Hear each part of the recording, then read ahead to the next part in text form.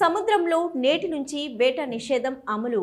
ఎందుకంటే ఆంధ్రప్రదేశ్లో సోమవారం అర్ధరాత్రి నుంచి చేపల వేట నిషేధం అమల్లోకి వచ్చింది. జూన్ 15 వరకు 61 రోజుల పాటు చేపల వేట నిషేధం అమల్లో ఉంటుంది. ఈ 2 నెలల సమయంలో చేపలు, రొయ్యలు గుడ్లు పెట్టి పిల్లల్ని చేస్తాయి. అందుకే 2 నెలల పాటు ఆపేస్తారు. సముద్ర తీర ప్రాంతంలో ఉండే మత్స్యకారులు చేపల వేటపైనే ఆధారపడి జీవిస్తుంటారు. కానీ ప్రతి ఏటా 61 రోజుల పాటు వేట నిషేధం అమల్లో ఉంటుంది. దీన్ని అతిక్రమిస్తే సముద్ర మత్స్య క్రమబద్ధీకరణ చట్టం 1944 ప్రకారం అధికారులు చర్యలు తీసుకుంటారు.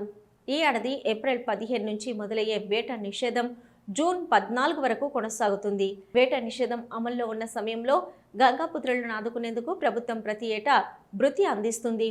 గత ప్రభుత్వం 10,000 ఇస్తే కూటమి ప్రభుత్వం 20,000 భృతి కింద సహాయం చేయనుంది.